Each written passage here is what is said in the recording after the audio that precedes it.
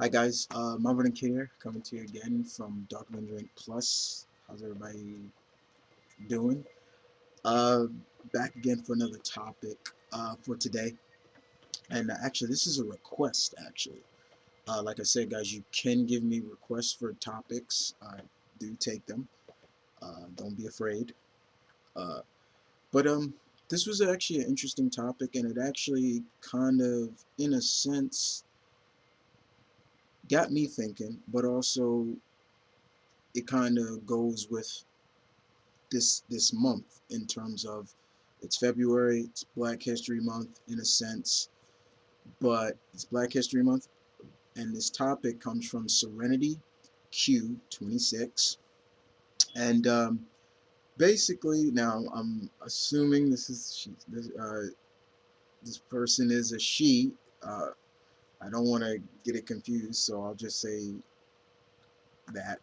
But this subscriber and follower of the site basically she asked me pretty much.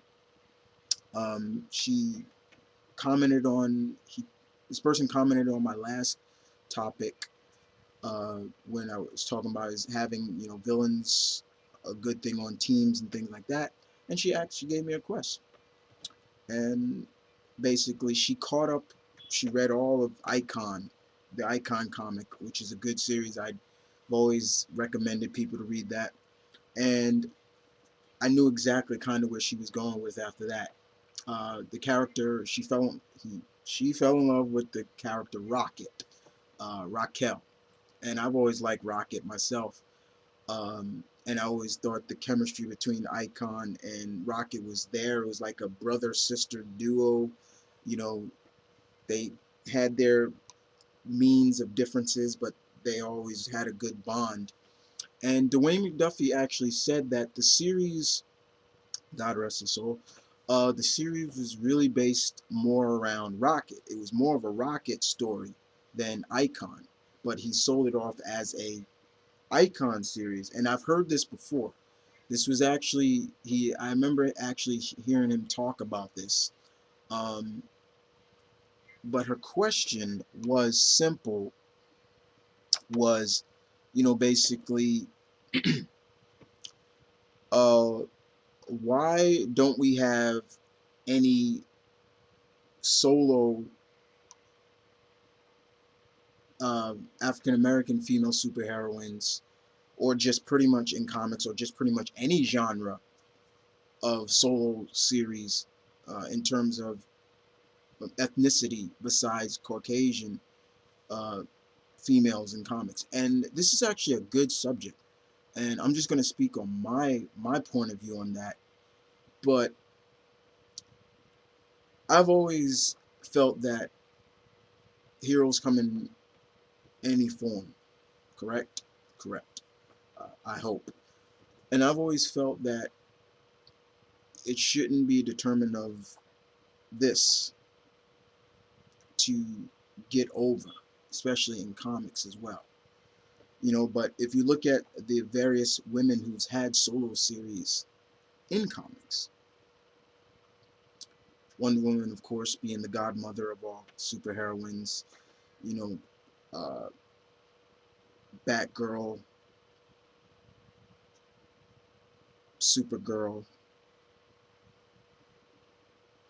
Captain Marvel, Ms. Marvel, however you want to classify her. Um, but rarely do we see any characters, female characters of other ethnicity, have a solo series. Right now, I'm glad to see. That's why I'm glad to see that the new Ms. Marvel, she has a series now. Hopefully, that series does well and it continues to do well. We had Spider Girl, uh, Anya Corazon, who is Puerto Rican and I'll just say she's Latin.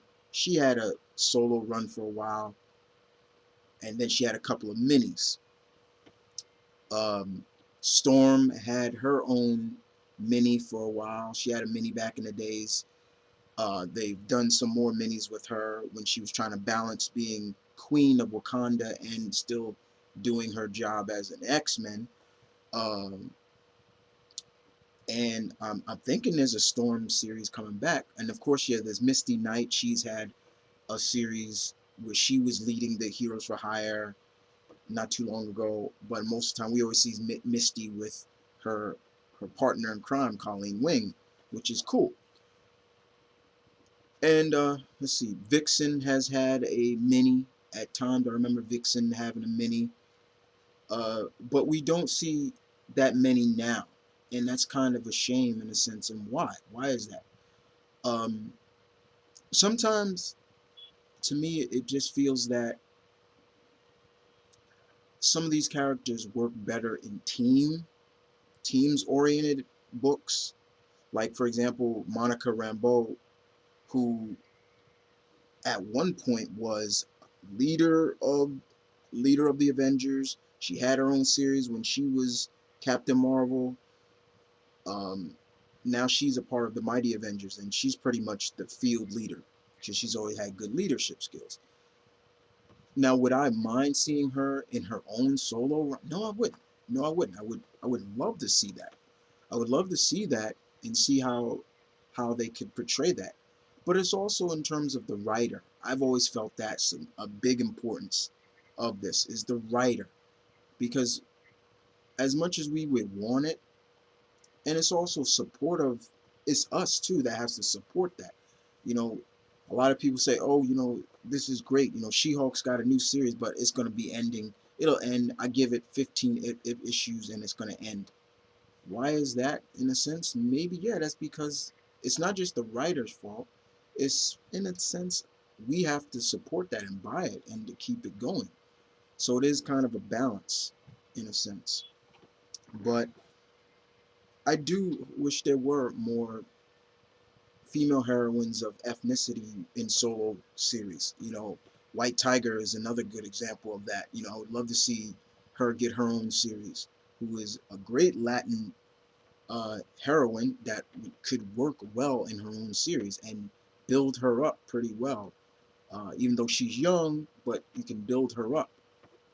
Um, I would love to see now that DC, has, the thing about DC is like, I would love to see it, but then it's like, I really don't like the take too much of the new 52 in a sense. It's like characters are coming out of the woodwork and everything like that. If it was pre 52, yeah, Vixen, I think she could keep a series going.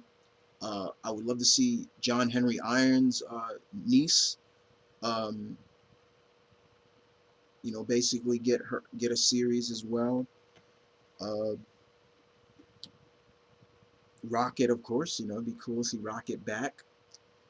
But and that's kind of the thing. Sometimes I've always felt that Marvel kind of showcases their minority characters a lot better than DC. That's just my opinion. So I would really want to see more Marvel doing it more. Uh, but the thing about now, you probably would say, but Chris, what about X-Men characters? There are a lot of ethnic X-Men characters. See, that's the thing about the X-Men characters, because sometimes it's not always. It seems that only Wolverine out of the X-Men can hold an ongoing series and last. We seen Gambit try, and most of the time Gambits don't last too long. They rarely get up. They get up to maybe 24, 25 issues or so. The last one was only 15, 19, I can't remember, and they ended it. You know, Rogue had a series back in the days. I have her series.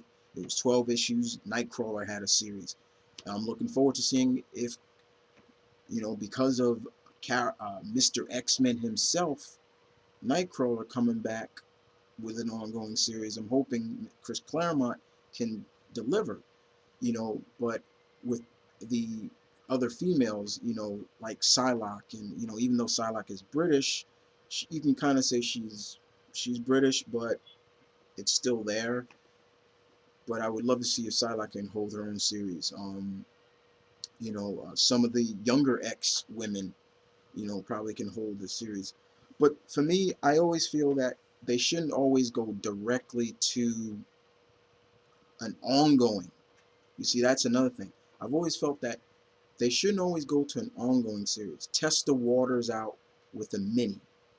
And if that gets over well, sells well, does well, gets good reception, that's kind of okay. We tested the water with this character. So now let's go into a mini. Let's go into an ongoing, an ongoing now and see how that works. But then, of course, you have to build up the character, the supporting characters, the villains in a sense. You don't want to have recurring villains of somebody else's rogues in a sense. But there are many, females of ethnicity, quote unquote, that I would love to see get their own mini or ongoing series and see where they can run with the characters besides just the usual ones. You know, like I said, uh, Misty, you know, White Tiger, another Spider Girl, Ariana Anya Corazon series. Uh, Hopefully, like I said, a Vixen. Maybe Vixen can carry her own again. Um, I'd take a Danny Moonstar. You know how I am, guys, about Native American characters. So it's like, yeah, there's so many. But I think it's more about testing the waters in a sense. You got to test it to see if it goes anywhere. But I'm colorblind, guys, so it's never been about color to me when it comes to these characters. It's just about how you portray them. It's it's about their characteristics. What would make me as a reader like these characters? Their personality, their their supporting characters, um, the whole nine yards, etc., etc. Things like that. So to me, it's more about the character than just this in terms of you know the character, and really shouldn't be about gender and ethnicity and this and everything like that.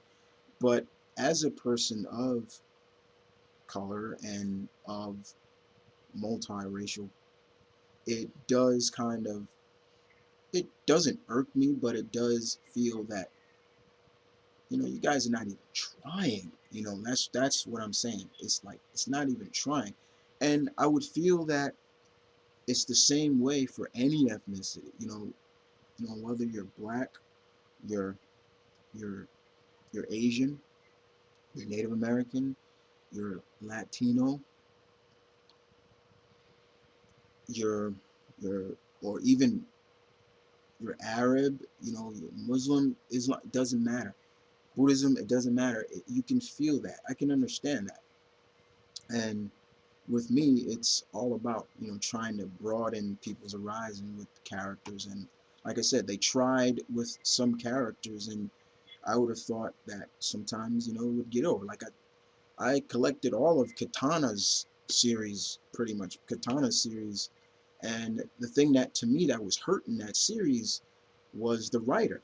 I didn't think that who was writing that series. I'm forgetting her name. I'm forgetting the person's name. I felt that that writer wasn't portraying Tatsu very well, and the artwork was kind of iffy at best too. Because sometimes that's a thing for me to have a really good artwork tells a lot, will explain a lot of the writer's visually. That's the writer, the artist is bringing the writing to us, and if you don't have that, it kind of messes it up. And that's the kind of thing that happened with Katana. It was just like, okay, they're just kind of making her like she's some bloodthirsty ninja girl and she has no personality, and I'm like, that's not Tatsu. And that was another thing that bothers me about the 52 is like they are literally scrapping all the characters' personalities in a sense, and working from scratch. And sometimes you don't need to do that. But that kind of answers a little bit of your request, Serenity. Is I feel that it's a little bit of both. It's just fear and don't want to play like favorites to a certain group in a sense. That's the best way I can sum it up in a sense. I'm not gonna use that R word. I'm not gonna use the R word, and I'm not gonna say, characters like I said, Storm and all them can't get over because they are. But I also feel that yes, they work. Some of these characters do work better in a team, in a group oriented book, because sometimes that's that's where they focus better, you know. And the bottom line is, yeah, sometimes not everybody is needed in a solo run. That's that's kind of also a way of I look at it too. It's like not everybody's meant to be in their own ongoing. Uh, Sometimes how it is, it's hard to say, but sometimes that's what it is. It's just not everybody's meant to be solo wise. But if they're given minis, I don't mind minis. I love minis. If they can do minis or maxi series, that's great, and that's a way of testing the water. So, but other than that, guys, I hope you guys enjoyed this topic. I know it's a kind of a serious subject in a sense, and it should get people to talk. And I'm glad that this was requested. Um, but other than that, guys, you guys take care.